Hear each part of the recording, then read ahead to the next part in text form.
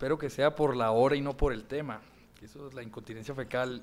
Sí puede ser un tema muy interesante, aunque definitivamente es un tema que inclusive a nosotros los coloproctólogos y gastroenterólogos nos genera cierta dificultad en cuanto a que de un par de años para acá o a lo largo de nuestro ejercicio nos hemos visto amarrados solamente a unas terapéuticas muy específicas y no hemos encontrado la forma de salir de ellas, obviamente por la falta de recursos en la que nos vemos en nuestro trabajo.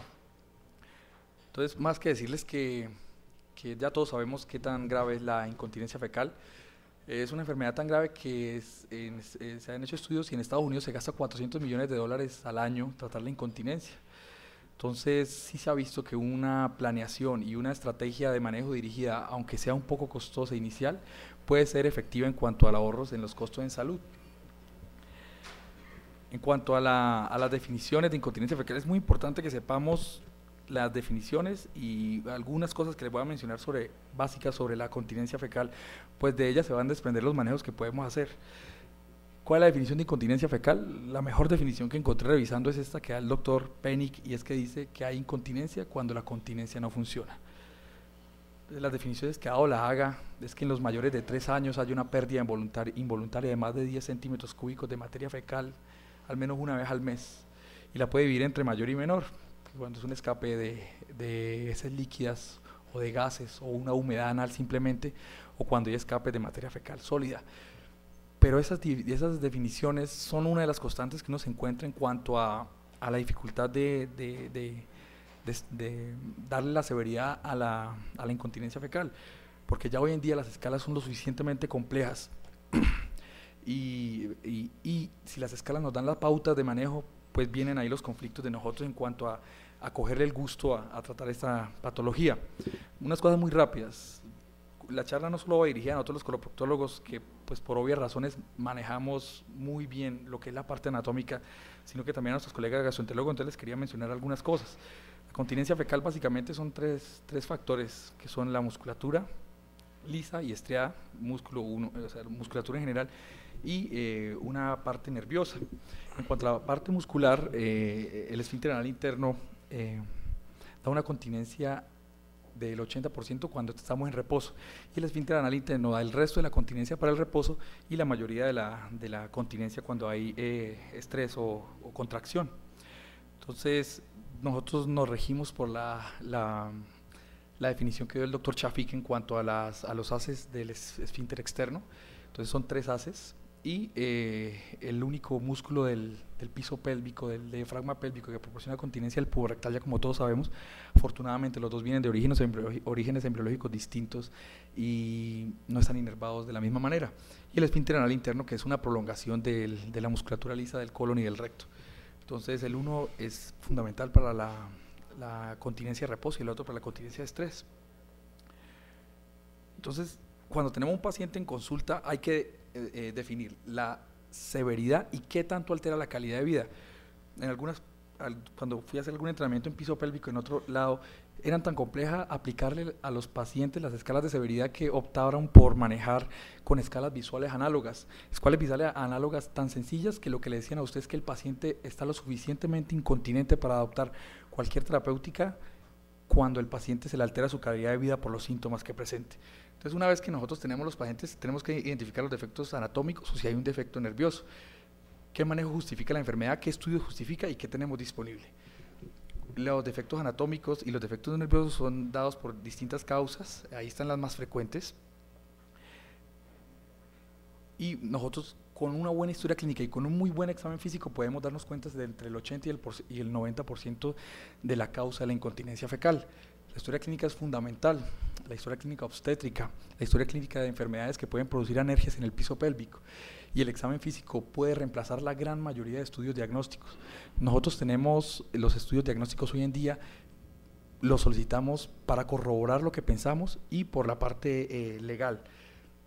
La manometría anorrectal, aunque ha sido en los últimos años muy cuestionada en cuanto a su funcionalidad para el diagnóstico de la incontinencia y la severidad de ella, es muy importante porque nos va a hablar de sensibilidad rectal, es lo más importante, porque un tacto rectal juicioso y un examen de sensibilidad perineal son suficientes para saber el estado nervioso y el estado de contractibilidad de los músculos. La ecoendoscopia definitivamente para ver si hay anomalías en cuanto a la estructura física de los músculos, y estos tres últimos exámenes son muy debatidos en cuanto a la funcionalidad este es su papel en la incontinencia. El 30% de las personas mayores de 60 años tienen latencias del pudendo mayores de 2.4 milisegundos, lo cual sería interpretado como anormal, y no tienen incontinencia. Entonces la latencia de pudendos y la electromiografía tienen un espacio muy específico, y es cuando sospechemos alguna enfermedad neuropática, muy distinta a la incontinencia por denervación de los esfínteres, entonces no es muy útil. Entonces, una vez usted vio al paciente, usted ya puede saber si el paciente tiene una lesión en el anillo muscular, si tiene una denervación del esfínter o si tiene una combinación de las dos. Los defectos del anillo muscular, pues es una parte que nosotros manejamos muy bien, porque la cirugía del reparo del esfínter es básicamente para este grupo de pacientes. Unos datos muy importantes, que son que 1/3 de las mujeres, una de cada 3 mujeres que tiene un parto vaginal queda con una lesión subclínica del esfínter, y a lo largo de su vida, una de cada 3 mujeres de ese grupo se va a hacer sintomática. Entonces el overlapping, el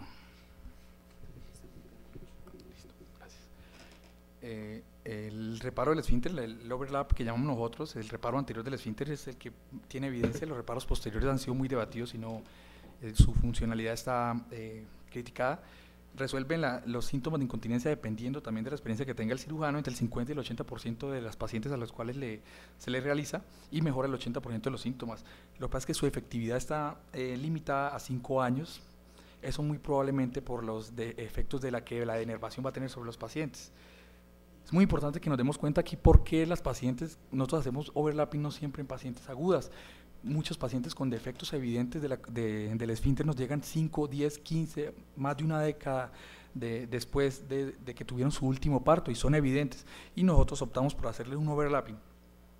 Pero lo que tenemos que darnos cuenta es que la paciente tuvo un defecto, una lesión grande, pero que pudo mantener su continencia con el resto de esfínter que tenía. Entonces lo que tenemos que pensar es que no solo hay una parte mecánica que sirve para mantener la continencia, sino que definitivamente la inervación juega un papel fundamental.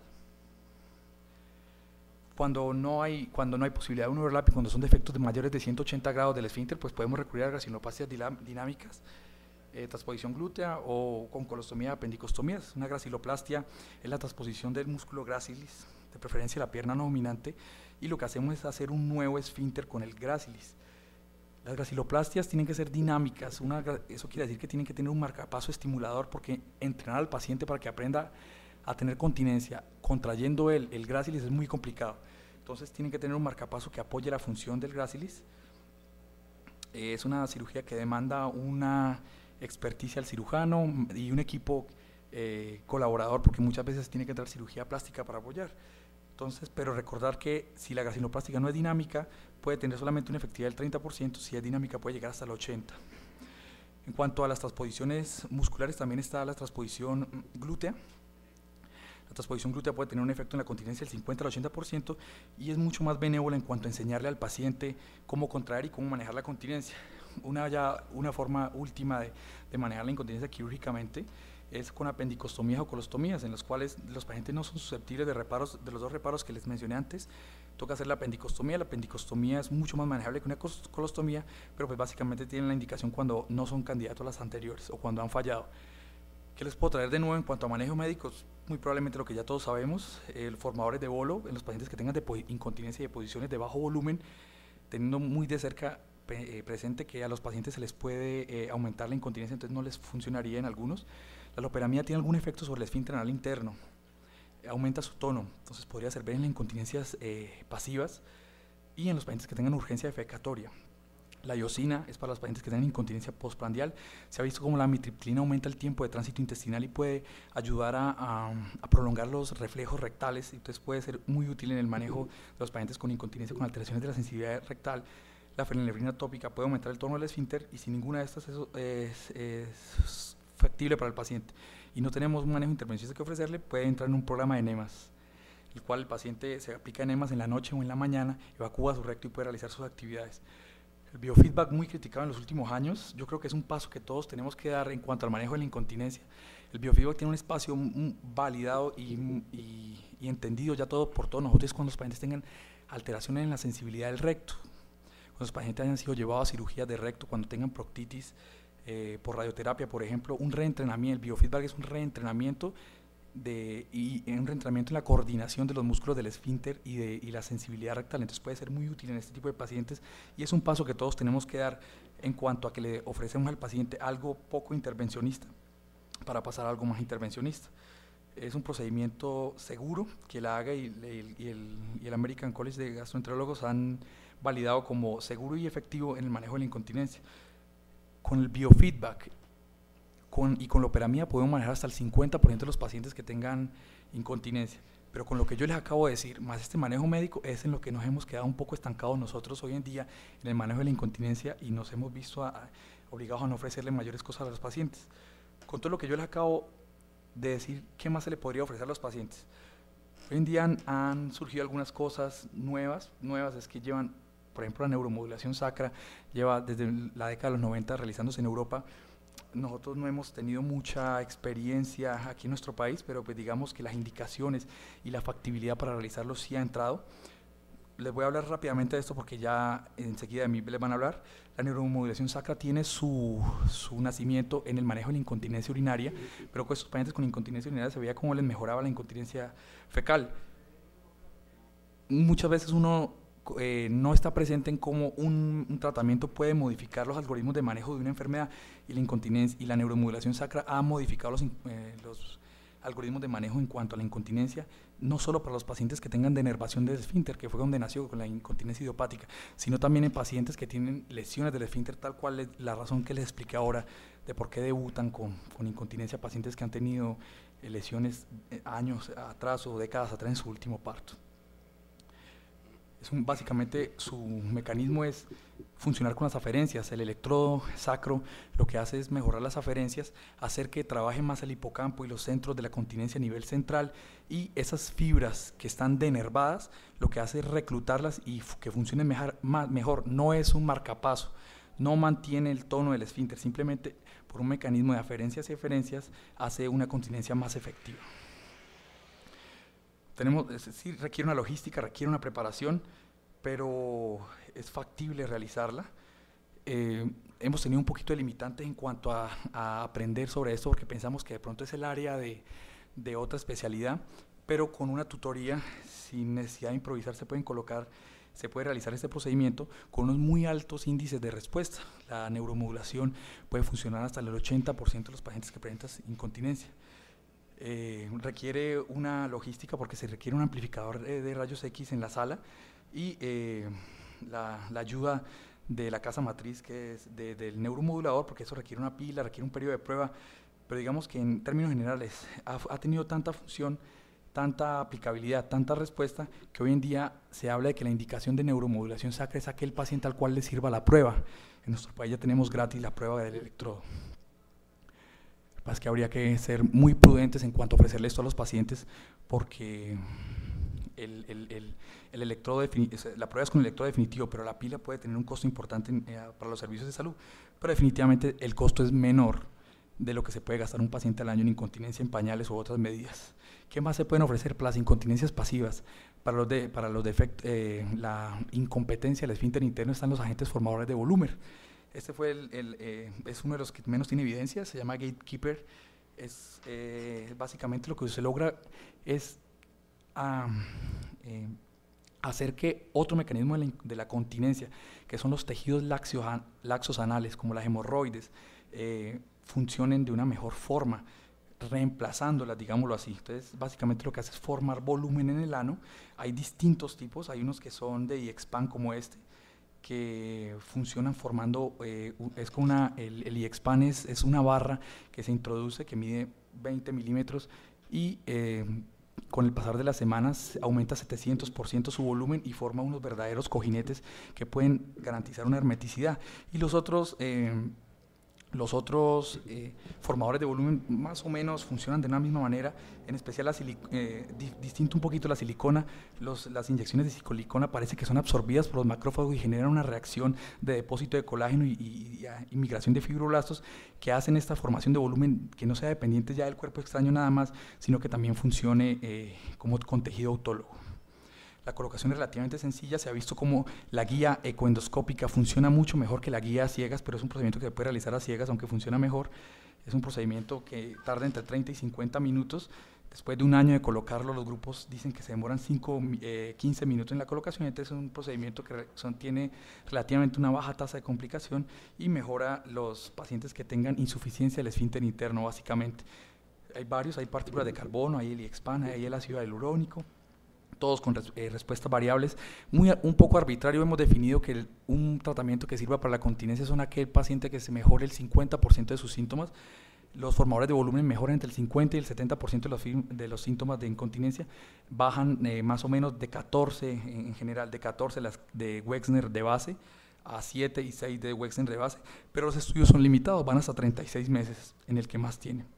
Entonces, una conclusión, son estudios con bajo poder estadístico, pero son técnicamente sencillos, con baja morbilidad, son costosos, pero con una selección de pacientes adecuada pueden funcionar, y son los pacientes que tengan incompetencia del esfínter interno.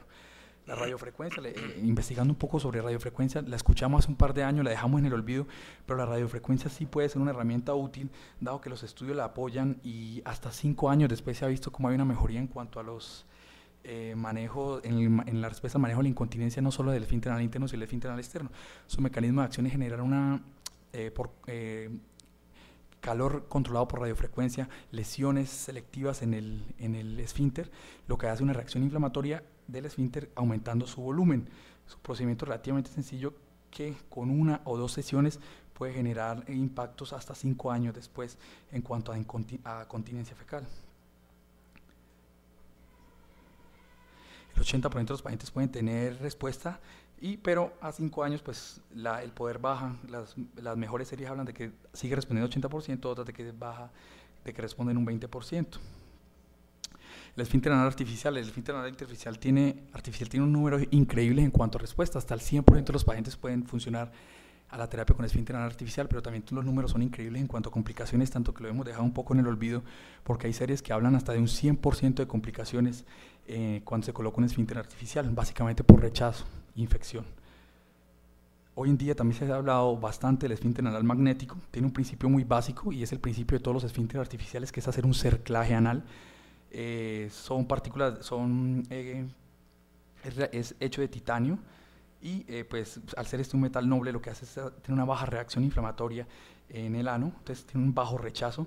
Los números también son muy buenos, tiene un alto porcentaje de respuesta, hasta el 70% de los pacientes mejoran el 70% de sus síntomas, cayendo de 14 a 6 las escalas de Wexner. Están los estudios que lo apoyan, el índice de complicaciones es bajo hasta ahora y la respuesta ha sido muy favorable. Cuando nada de esto funciona, pues también hay otros métodos, que es uno de los métodos con los que estuvimos familiarizados, el cerclaje anal. El procedimiento tiene su origen en el procedimiento de Tirsch, todos lo conocemos, lo hemos dejado un poco en el abandono porque nosotros pues casi siempre encontramos otro manejo para la continencia, y la reacción al cuerpo extraño han hecho prohibitivo alguno de estos procedimientos. En particular, el con el que tuve algún tipo de contacto fue con este procedimiento, que es el cerclaje anal con banda de Silastic, que es el mismo DREN de Jackson Pratt. Los pacientes que se salen de todos los manejos anteriores, se les puede ofrecer este procedimiento con una tasa de respuesta muy buena, hasta el 100% de pacientes en la serie personal del doctor De Besa, el cual manejó 33 pacientes. Con esto el 100% mejoraron las escalas de Wexner de 14 a 6. Es muy fácil de colocar, el tiempo de colocación es de 10 minutos. Tiene un gran problema, y es que los puntos con los cuales uno calibra la banda se rompen a 1 o 2 años, los vuelven y los colocan, y el manejo ha sido efectivo hasta por 5 años. El paciente termina cansándose de que lo tengan que reintervenir para cambiarle el cerclaje, pero definitivamente es una opción útil en el manejo de la incontinencia y muy económica. Es un procedimiento sencillo, reproducible, que tiene su aplicabilidad en la incontinencia fecal, que no responde a otros tratamientos, pero el caso debe manejarse individualizado. Como les dije, ya después de todo esto, si nada de eso funciona o no tenemos recursos para acudir a otro tipo de manejo, la apendicostomía y la colostomía son manejos efectivos. La apendicostomía es bastante útil, los pacientes son incontinentes, pero con este manejo pueden mejorar. Ya para terminar, yo quiero agradecerles la invitación, quiero agradecerle a mis profesores la invitación y todo lo que han hecho por mí. Ha sido un año duro de trabajo, llevamos un año en el Hospital Universitario Mayor Meder y hemos reabierto el servicio. Algunos están todavía, otros ya no están. Y bueno, muchas gracias por la oportunidad.